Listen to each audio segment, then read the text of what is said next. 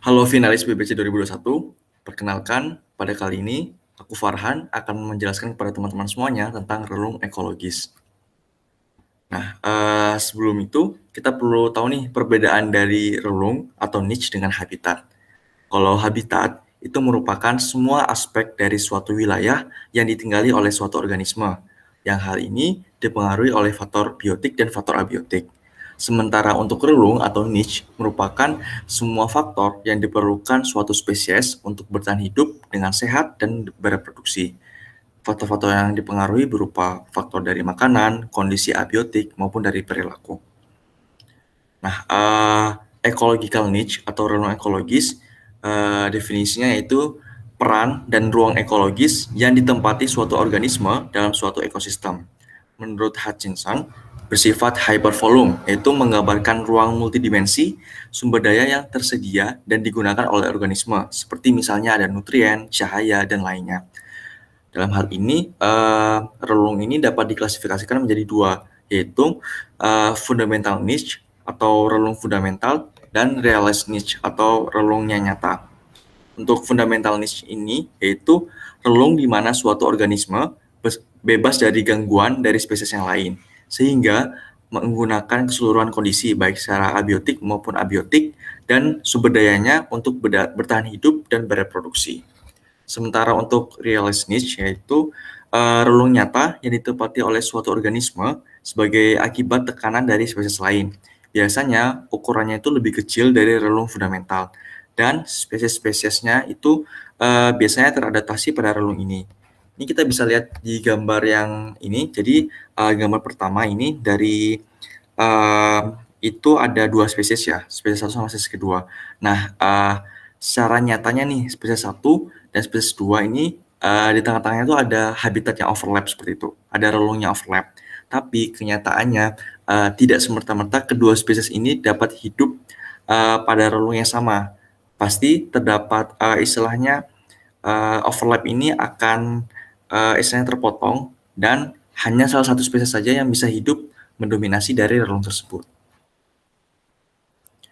Nah, dari niche ini terdapat beberapa komponen, yaitu pertama terkait dengan kondisi lingkungan, yang kedua itu sumber daya untuk kelangsungan hidup, dan yang ketiga adalah interaksi dengan niche yang lain.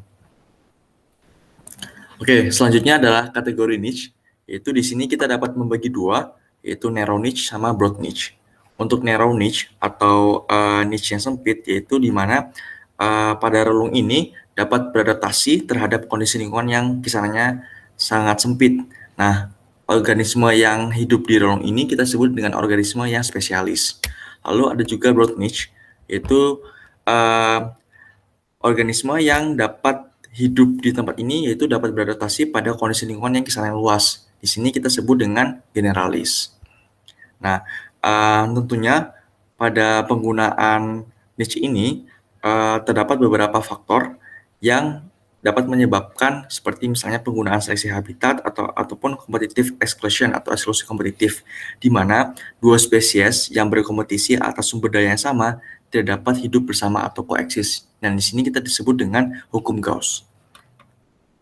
Lalu di gambar ini kita bisa lihat istilahnya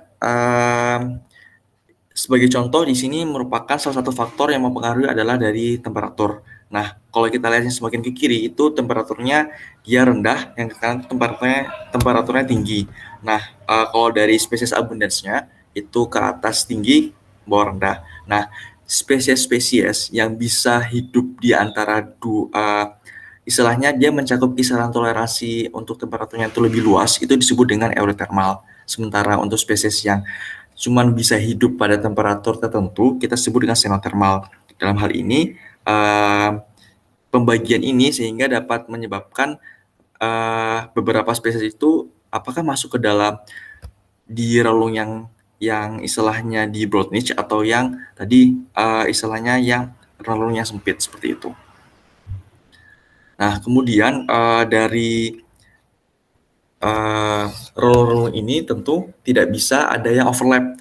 Pasti mereka akan menempati relung khusus tertentu. Nah, sehingga apa yang terjadi di alam agar relung-relung ini tidak saling overlap. Nah, di sini terdapat beberapa hal, misalnya yang pertama adalah dari bagaimana mereka mengatur pola makannya mereka atau diet segregation.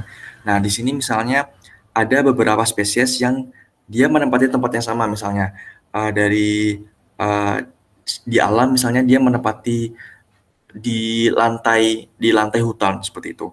Nah, walaupun mereka sama-sama menempati di lantai hutan, tapi mereka misalnya memiliki preferensi untuk makanannya yang berbeda. Misalnya kita ambil contoh ada spesies deer mouse atau tikus tikus rusa seperti itu. Salah satu jenis deer mouse itu dia akan lebih istilahnya memiliki preferensi makannya itu berupa insekta larva seperti itu. Sementara spesies lain yang sama-sama hidup di bagian lantai hutan, misalnya ada janko, itu dia memakan misalnya buah-buahan ataupun serangga. Walaupun kedua spesies ini sama-sama makan serangga, tapi misalnya salah satu spesies ini dia ada preferensi pakan lain, yaitu misalnya di buah-buahan selain serangga, sehingga apabila mereka sama-sama makanan mereka adalah serangga, tapi mereka memiliki jenis pakan lainnya yang bisa menjadi alternatif dari relung yang mereka tempati seperti itu.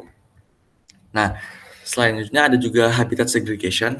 Jadi misalnya di sini dalam suatu stratifikasi hutan gitu, ada upper canopy, lower canopy, shrub sama floor. Nah, apabila dalam satu tempat hutan yang sama seperti itu, dengan adanya segregasi habitat ini tentu akan membedakan relung-relung penempatan mereka, yang hal ini kaitannya juga terkait dengan sumber daya makanan yang tersedia dalam segregasi habitat tersebut, sehingga tidak akan terjadi saling overlap. Dan juga misalnya dalam hal ini berkaitan juga dengan resource partitioning, dengan adanya pembagian dari tempat misalnya dalam satu pohon gitu.